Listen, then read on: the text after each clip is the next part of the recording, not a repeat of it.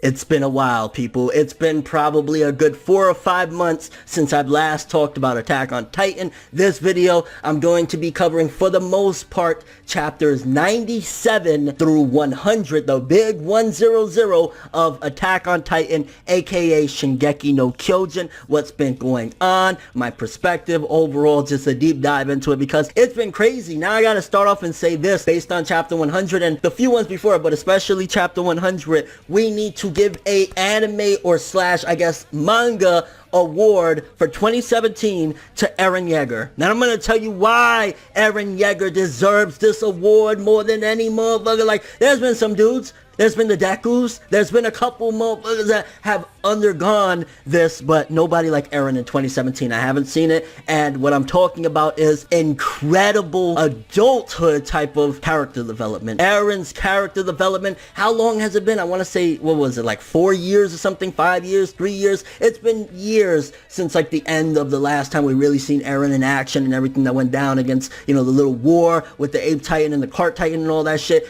It's been a while, but Eren's transformation, I love it. Yo, shout outs to Kruger. I think that's what he was going by, whatever, but like, shout outs to Eren. I am so impressed with the change, the development of, don't get me wrong, when we saw it back in the day, it was hype as shit and you understood it, but a lot of what this manga, and I know I'm jumping all over the place, but a lot of what these chapters especially was trying to point out, that sometimes there aren't a good and a bad. It's simply different perspectives on what's going on and shit like that. So definitely really interesting stuff there. But Eren's character, I just got to talk about it. When he said it, I believe it was in the 40s, like 42, 43, when he told Reiner and Bertolt, I'm going to make sure I murder you guys. I'm going to kill you. I'm going to just make you have a painful death, and I'm going to just do it with my own hands. You thought it was cool, and you understood it. You understood Eren's perspective. These guys are responsible for the death of my mother. They're responsible for breaking the walls and many people dying. Like, you know, he was filled with anger. You flash forward, you see and you get an understanding of the same people that we thought were monsters were kind of brainwashed into thinking we were monsters. They thought we were the bad guys, so nobody really had an understanding. A lot of it was either people that were frightened of the unknown, or a bunch of pieces of garbage that just wanted to benefit themselves by doing this, that, and the third, or whatever. So it was a really interesting chapter, again, of kind of just looking at it with perspectives, different ones. And honestly, going from 99 to 100, when Reiner realized that is Eren, oh my gosh, I was on the edge of my seat. So good. You don't always need action in a manga. I've said it so many years. I hate it when people say you just love action, because just very intense moments like those chapters of Eren sitting in the chair, even the beginning of it, before Reiner really knew what was going on. Eren sitting there, you're like, yo, this is Eren and Reiner. Then Reiner finds out, and Reiner's there flipping out, and he's trying like to get a grasp of it. So just incredibly done from 9. There was a bit of, honestly, and I would agree that it did feel slow for a couple of chapters. I want to say maybe 97 and 98, it did feel slow. A lot of the politics, talking and hyping up the Tabar family, kind of hyping up this big Coliseum meeting and a lot of different things, getting more into these kids that I really can't remember their names to save my life, but you know, the new kids that are trying to be the next gen of the Titan shifters or whatever, getting more of them. And it did feel slow for a little bit, but was it 100% worth it? Absolutely. Seeing a little bit, because by 97 it was getting towards the end of the mental internal struggles of Reiner, but getting some of that, honestly, leading into where we're at right now with this confrontation with Eren and what happened at the very end, it was incredible. Honestly, it really showed me all of these chapters, which it's been close to a year, I want to say, I don't know, but it's been a long time since we've been at the war and all that main stuff, and just kind of getting this new setting. There's been a lot of slow-paced feeling chapters or whatever, but it totally benefited incredibly and made everything worth it. Honestly, Reiner's character, I can't stress enough even how much he's changed how I look at him. Yeah, in 42, I was like, you two, Reiner and Bertolt, you did this? You killed Eren's mom? You gotta die. Finding out how these kids were tricked and thrown into this. Obviously, you could argue that with Reiner it was a little bit different, but he was still a kid. He was still like, why would anybody give a kid that type of incredible, insane responsibility of destroying walls and having people murdered and shit like that? It wasn't right to begin with. And again, I can do nothing but say, Eren Yeager for the win. Incredible, incredible, incredible. I don't care. Like, bring me somebody that's had some incredible character development in 2017 on that same level, and we'll see what's up. But I don't see, especially main characters from Shonen, I don't see it. I don't see anybody doing what Eren Yeager did. Like, that's a very heavy burden. You know what I'm saying? Especially, remember who Eren was. This was the hot-headed guy that you couldn't bring him on missions because he was just too much. He wanted to kill the Titans and everything. To go from that to being, you know, or even going further back, being traumatized, seeing the death of his mother in front of his face being eaten alive, you know what I'm saying? Seeing all of that, to being able to turn the cheek and say, I said about killing you, forget about it, you know, I don't even know. Very, very changed man. Now, that doesn't mean that he's not going to fight for his and fight for his survival and the survival of his people on paradise, whatever you want to call it, island, but nevertheless, just incredible stuff. Now, I feel bad for that one kid, and was it Colt? I don't even remember his name, honestly. The kid that Eren tricked alongside in the room where Reiner, that he's been having this kid sending the letters back and forth. So I'm imagining quite a bit of the scouts are there as well. It's not only Eren. He's been communicating and getting everything set up. I mean, I want to say that was some of the people I really didn't recognize, to be honest with you, but I want to say that some of the people from our group that we know and love were the people that knocked out some of those people. So I believe that that's the case, but honestly, I can't do nothing but praise. 100 of Attack on Titan, easily 11 out of 10. Amazing chapter. I love being able to say that. I love being able to fanboy over Titan again. Amazing, incredible, phenomenal. The art, because Isayama gets a lot of flack. People say his art, it don't cut the mustard. The art was incredible for a lot of these chapters. It's just, again, that being realistic, the setups for everything was a bit slow. The Tabor family, so many of these meetings and finding out a lot of these people that are higher up in their governments and shit. I think the setup going into, you know, as we're getting the narration and kind of the speaking from Eren talking to Reiner, but then getting the Tabor, the leader of the Tabor family there,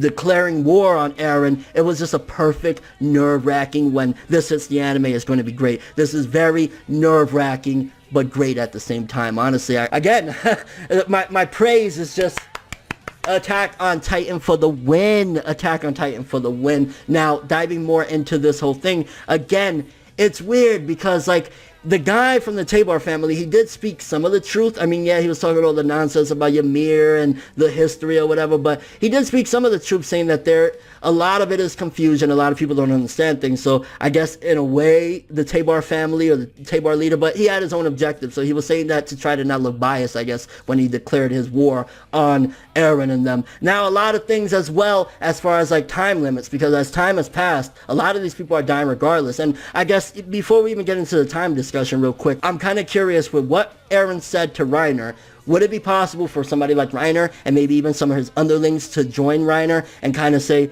we're not fighting on the side of these people. We're not even necessarily fighting on the side of Paradise Island. We're just fighting for freedom? Or is Reiner so into it that till the very end he's going to be on their side? That's kind of what has me puzzled right now. Where is Reiner going to go? Also seeing, which I forget his name as well, the Ape Titan. There's a lot more to him, and I love that Isayama has kept him in very suspense exactly what his motive is. Is it that he wants to rule everything himself? Is it that he's still on the side of good and he still all along played everything to a T to carry out Grisha's mission? Like, I'm skeptical as far as what his character is up to. I mean, the latest couple chapters, he was pretty quiet. We didn't get that much. I think it was 97 or 96, around there towards those chapters where there was a little bit more into him and kind of getting the fishy aspects of his character. But lately, he's been very quiet. I think it was just towards the end where it was like, whoa, now you gotta wonder, if Eren is in his Titan form and he's in this crowd, what's the next move? Is it just to start slaughtering and attacking? I mean, it did say war right there, so it looks like we're having a crazy war popping off right here, and you know that means that somewhere around there, our peoples is in there, so we're gonna have the colossal Titan Armin show up, and I guess it also makes you wonder what's happening with Annie as well, which we'll talk about her father here in a split second. But I'm curious who's gonna show up. Did Annie come back and she decided to work on the side of Eren and shit like that? Like, who else? I mean, we got Mikasa, we got a good onslaught of people, but at the same time, we're kind of surrounded. So this was a very dangerous mission. I'm wondering if we're ever going to go back to Paradise Island, or maybe towards the end we will. I'm not sure of that regard. Maybe they send people ready to attack and all of our people are here, which I don't think they'd be that stupid. They'd leave somebody, even if it's just Levi back there to defend the home base or whatever. But a big major war, so incredible setup. Incredible in every which way. Incredible in the tension between the ceremony that's going outside at the same time while Eren and Reiner are stuck in this room, and the little kid realizing that this entire time Eren's been, you know, tricking him or whatever. So the incredible stuff there. Then then leading into a giant war. And let's talk quickly about the parents. I believe it was Reiner's mom and Annie's dad. Now, obviously, Annie is still alive. She's crystallized or whatever, but it's definitely making me wonder, is she going to be completely written out of story, or is she going to come back? Because you got to think, if this is really wrapping up and we may not go to Paradise Island other than just to see, like, okay, they're in peace now or something like that, right? There's a possibility it could all end right here if we have all of our troops ready to stomp and finish this shit. If this is the war, then there's a huge possibility Annie's coming back. There's a huge possibility Annie came out of her crystallization and either decided to work or has been interrogated and is with them in some form or another. Because again, why bring her dad right there? I think that was foreshadowing. We're going to see Annie in the very, very near future. And there's only one reason she would be with our people, is that she's working with them. Either or, somebody ate her and she's completely dead. That was shit her father's pants right there. But yeah, 97 to 98 Attack on Titan. Very slow build-ups with some interesting stuff, especially the introduction to Eren's new design, which I love his new design too. Eren, he shot up in my book. Like, as a main protagonist of a shonen, he shot up. I was looking at him for a while like, bro, you be terrible, son. Like, your character is too impulsive too. What are you doing, son?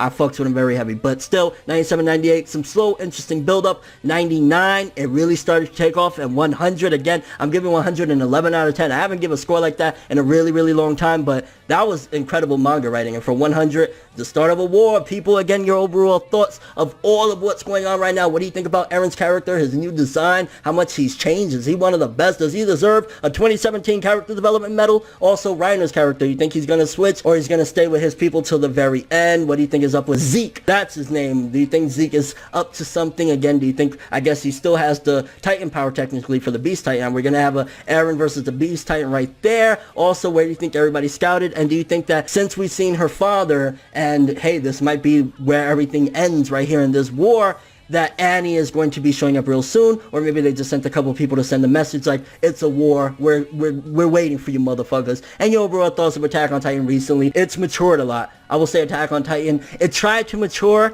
a bit too early with the humans versus humans arc. I think it wasn't ready when you have immature characters like Eren. Now that Eren's matured, the mature setting and a mature way of storytelling, more mature than what Attack on Titan was, definitely suits it. And I'm just excited to see where everything is going. This is crazy. I never thought Attack on Titan would get where we're at right now. But that's all I have for this one. Thanks for watching. Hope you enjoyed. If you liked anything I had to say or enjoyed the video, drop me a like. I'd greatly appreciate it. And if you want more from me, make sure to subscribe. Follow me on Twitter, Instagram, and do a little bit of stalking on me Facebook to get more when the video ends. I'm ForneverWorld, and as always, people, have an awesome day. But remember, the golden rule: anime and manga for life, boy. Bow. Have an awesome day.